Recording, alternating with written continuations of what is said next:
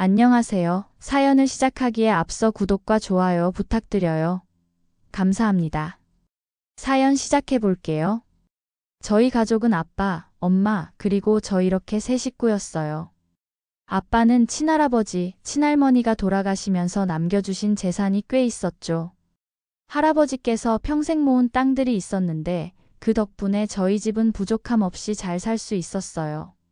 물론 부모님도 그 위에 안주하지 않으시고 정말 열심히 일하셨죠. 할아버지가 남겨주신 땅들이 개발되면서 값이 엄청나게 올랐어요. 아빠는 그 땅들을 팔아서 번화가에 있는 상가 건물을 사셨죠. 정말 좋은 투자였어요. 그 건물 2층에서는 엄마가 미용실을 운영하셨고 아빠는 집에서 가까운 곳에 카센터를 열어서 운영하셨어요. 두 분 다 사업 수완이 좋으셔서 재산도 계속해서 늘려가셨죠. 저는 그런 부모님 덕분에 정말 좋은 환경에서 자랄 수 있었어요. 대학도 서울 소재 좋은 대학을 나왔고 졸업 후에는 대기업에 취직할 수 있었어요. 그렇게 직장 생활을 하던 중에 남편을 만났어요. 남편은 의대를 졸업하고 레지던트 과정을 막 끝낸 의사였죠. 처음 만났을 때부터 성실하고 진실한 사람이라는 느낌을 받았어요. 외모도 준수했고 무엇보다 환자들을 대하는 모습이 정말 따뜻해 보였거든요.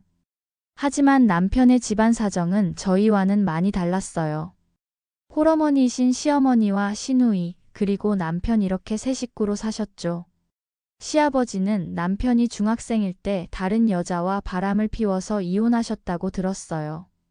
결혼 후에 시어머니께 자세한 얘기를 들어보니 시아버지가 바람을 한 번이 아니라 여러 번 피셨다고 하더라고요.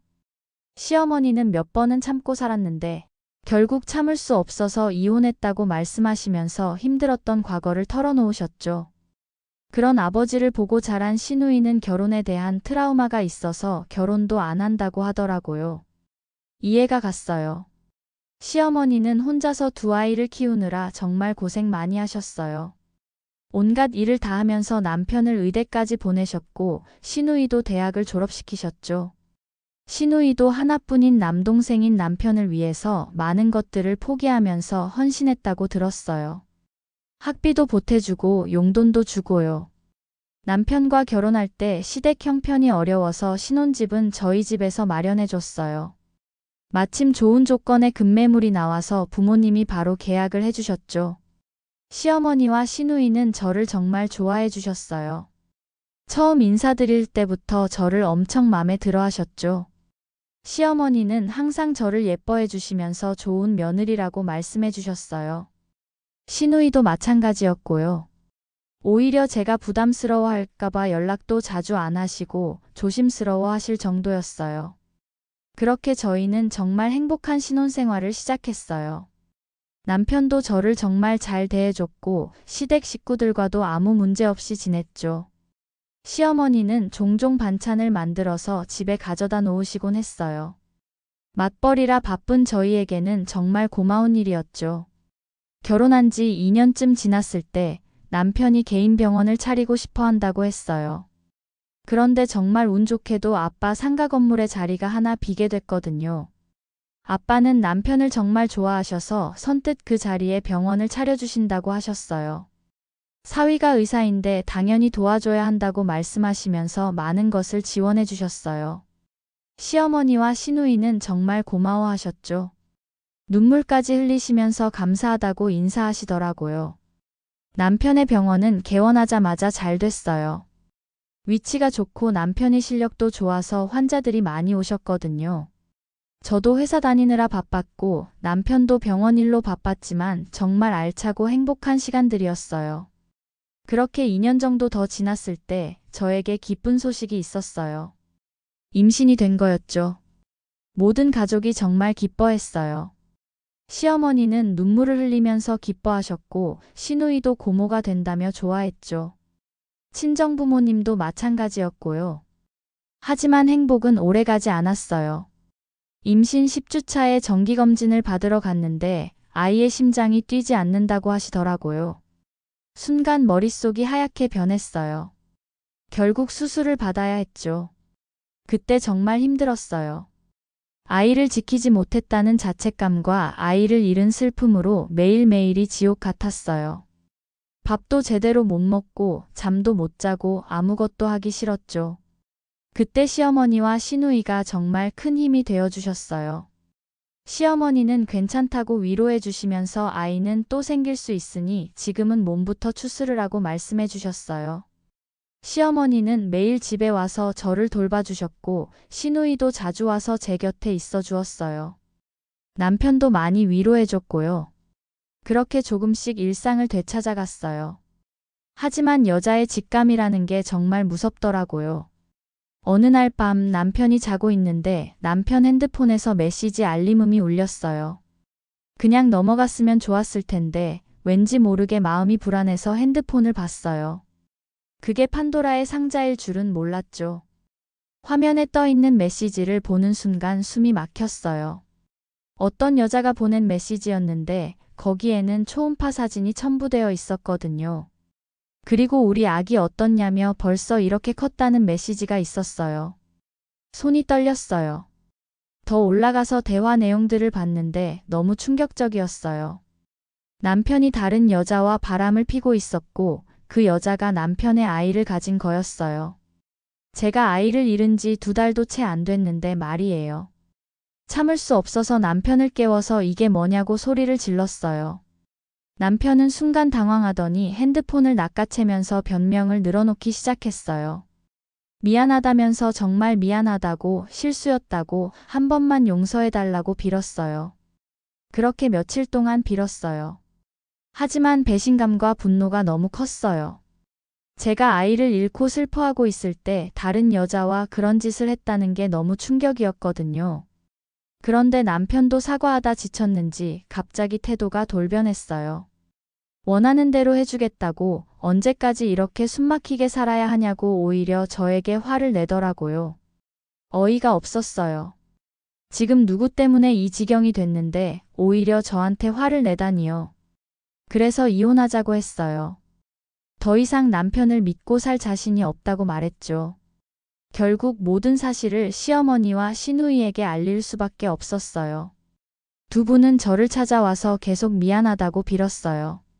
시어머니는 자기가 자식을 잘못 키웠다고 정말 미안하다고 하면서 눈물을 흘리셨어요.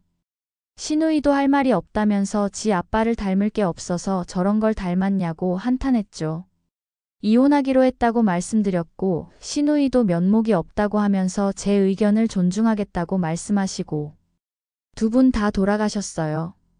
그런데 그날 밤에 모르는 번호로 전화가 왔어요. 받았더니 그 상간녀였어요.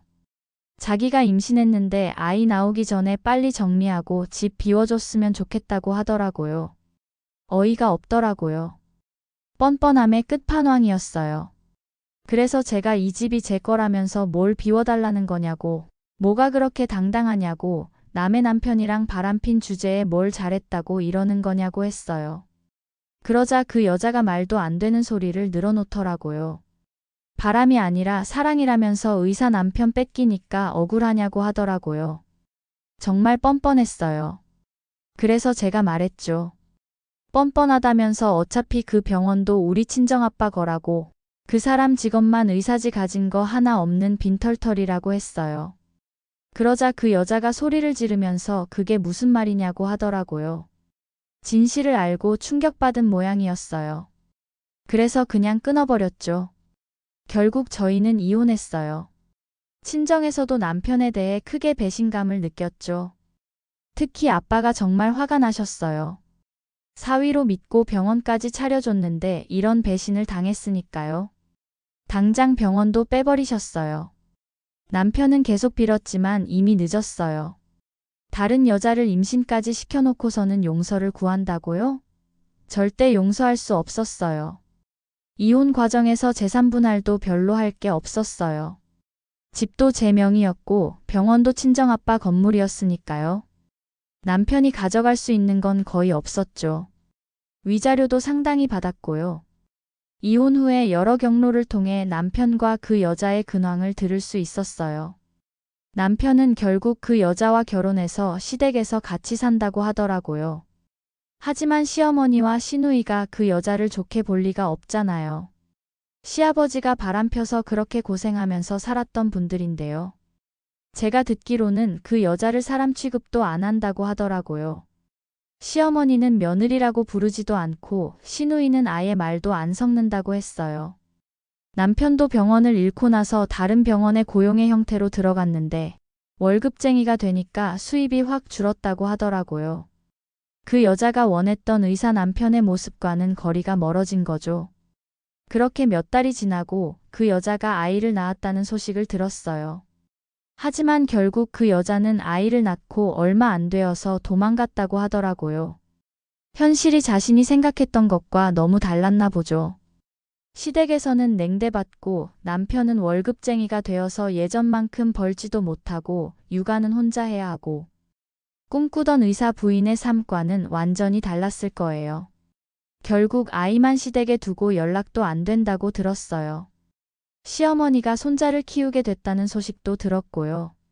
시어머니도 이미 나이가 많으신데 손자까지 키워야 하는 상황이 된 거죠. 남편도 결국 혼자가 됐어요. 아이 엄마는 도망가고 아이는 시어머니가 키우고 자신은 월급쟁이 의사로 전락했으니까요. 정말 인생이 어떻게 될지 모르는 것 같아요. 저는 이혼 후에 오히려 더 자유로워졌어요. 스트레스도 없어지고 마음의 평화를 찾았죠. 회사 일에도 더 집중할 수 있게 됐고 친구들과의 시간도 늘어났어요. 부모님도 처음에는 걱정하셨지만 제가 밝아진 모습을 보시고는 이혼을 잘했다고 말씀하세요. 특히 아빠는 그런 배신자와 사는 것보다 혼자 사는 게 낫다고 하시면서 저를 지지해 주셨어요. 그 후로 시어머니가 한 번 연락하신 적이 있었어요. 시어머니는 정말 미안하다면서 꼭 행복하게 살라고 하시더라고요. 가끔 그 상간녀가 생각날 때가 있어요. 지금 어디서 뭘 하고 있을까 궁금하기도 하고요. 아마 현실을 깨닫고 후회하고 있을 거예요. 의사 남편을 꿈꿨지만 결국 얻은 건 아무것도 없었으니까요. 남편을 뺏는다고 해서 그 남편의 모든 것까지 따라오는 게 아니라는 걸 뒤늦게 깨달았을 거예요. 전화로 그렇게 당당하게 굴던 그 여자가 결국 아이만 낳고 도망간 걸 보면 정말 인생이 아이러니하다는 생각이 들어요. 자신이 이겼다고 생각했겠지만 실제로는 아무것도 얻지 못한 거죠. 결국 남편도 그 여자도 모든 걸 잃었죠. 남편은 사랑하는 아내를 잃었고 병원도 잃었고 아이 엄마도 도망갔어요. 그 여자는 꿈꾸던 의사 부인의 삶 대신 냉대받는 며느리 생활과 홀로 육아하는 현실을 마주했고요. 저는 오히려 더 자유로워지고 행복해졌어요. 진짜 소중한 게 무엇인지도 깨달았고 제 자신의 가치도 다시 한번 확인할 수 있었어요. 앞으로는 더욱 당당하게 살아갈 생각이에요. 그리고 언젠가 정말 좋은 사람을 만나서 진짜 행복한 가정을 꾸리고 싶어요. 이번에는 정말 신중하게 인성부터 제대로 검증해서요. 인생은 정말 예측할 수 없는 것 같아요. 하지만 중요한 건 어떤 상황에서도 당당하게 대처하는 것이라고 생각해요. 저는 그렇게 했고 결과적으로 더 나은 삶을 살게 됐으니까요. 한 달 전에는 남편이 직접 찾아온 적도 있었어요. 정말 미안하다면서 다시 한번 기회를 달라고 빌더라고요. 하지만 이미 끝난 일이라고 단호하게 말했어요. 그 여자와 결혼해서 아이까지 낳았으면서 지금 와서 뭘 하자는 건지 이해가 안 됐거든요. 남편이 말하기로는 그 여자가 도망간 후에 정말 후회가 많이 됐다고 하더라고요. 저와 함께했던 시간들이 얼마나 소중했는지 그제서야 깨달았다고 했어요. 하지만 이미 돌이킬 수 없는 강을 건넜죠. 제가 냉정하게 말했어요. 후회는 선택을 잘못했을 때 하는 거라고 이미 선택한 결과에 대해서는 책임을 져야 한다고요. 그리고 다시는 제 앞에 나타나지 말라고 했어요. 남편은 그 후로 연락하지 않고 있어요. 아마 정말 끝이라는 걸 받아들인 것 같아요. 최근에 들은 소식으로는 남편이 지금 정말 힘들게 살고 있다고 하더라고요. 병원을 다시 차릴 자본도 없고 고용의 형태로 일하다 보니 수입도 전만 못하고 시어머니는 손자 키우느라 힘들어 하시고요. 시누이도 남편에게 정말 실망했다고 하더라고요. 바람을 피우다니 정말 아버지를 닮았다면서 한동안 말도 안 했다고 들었어요. 지금은 시누이도 남편과 조금씩 관계를 회복하고 있다고는 하지만 예전 같지는 않다고 해요. 신뢰가 한번 깨지면 회복하기가 정말 어려운 것 같아요. 반면에 저는 정말 새로운 삶을 살고 있어요. 회사에서도 승진 기회가 생겼고 새로운 프로젝트도 맡게 됐어요. 일에 집중할 수 있게 되니까 실력도 늘고 성과도 좋아졌거든요. 결국 시간이 모든 걸 증명해 주는 것 같아요. 누가 옳고 누가 그른지, 누가 현명한 선택을 했고 누가 어리석은 선택을 했는지 말이에요. 저는 제 선택에 자신 있고 앞으로도 그럴 거예요. 제 긴 이야기를 끝까지 들어주셔서 감사합니다. 구독과 좋아요, 알림 설정까지 잊지 마세요.